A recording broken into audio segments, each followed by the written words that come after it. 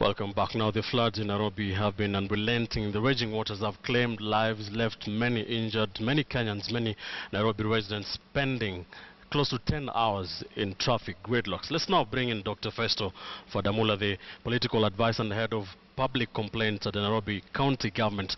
Thank you for joining us, sir. Now, it's the second time this is happening in a month. 9 lives have been lost so far. Yet we've had little from the governor and generally the county government. Why is that?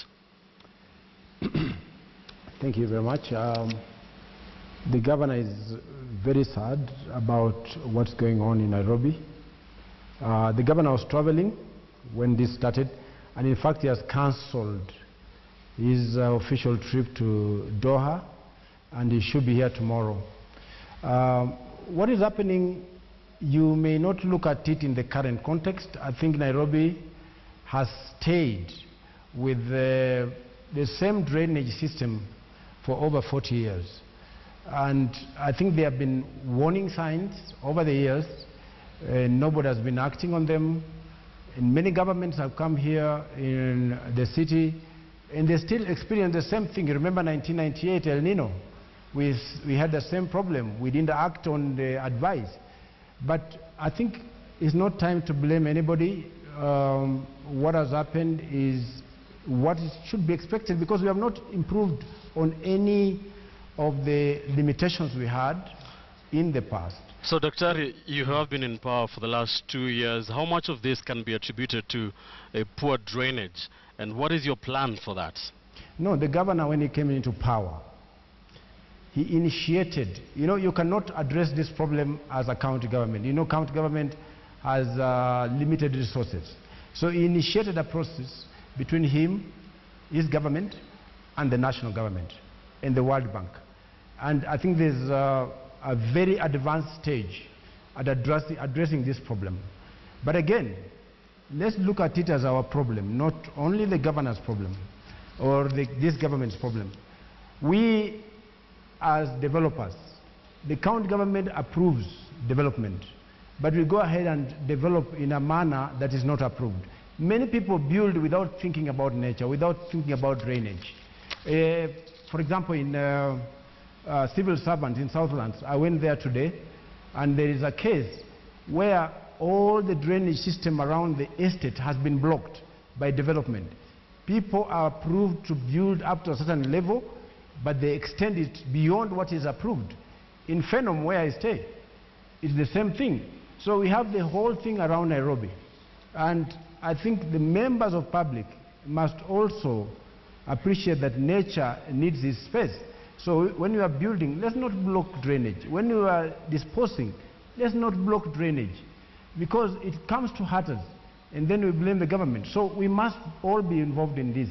And I don't want to blame anybody at the moment, but I think we must have an all-round approach. So, Dr. as the county government, you are in charge of approving those particular developments and buildings. What are you doing to make sure that this does not happen, and people whose plans have been approved do not go on and build in places where there may be waterways or something? What are you doing as a government to prevent that? Okay. This is a twin program between the national and county government. The national government has set up an authority to inspect buildings. The county government is also doing the same. So they need to come together and ensure that residents do not abuse approvals. Because our problem today, I can tell you, is abuse of approval system. You are given an approval and you want to extend. You are told this is a drainage, and you go on and block it. You are told dispose your garbage in this manner, but you just disregard that. It compounds our problem. When we have rains like we have, all those things that we ignore come to haunt us. So this is not a problem that you should just look at from one perspective.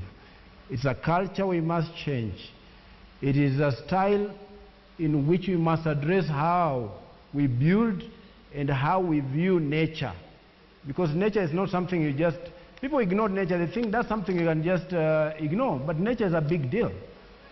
drainage system That is true. there for That a, is true, for a Dr. purpose. What you're saying, telling to Kenyans. But very quickly, lastly, you're not giving Kenyans any hope or any assurances that the waterways will be safe. It has happened in the future. We are paying the price for that.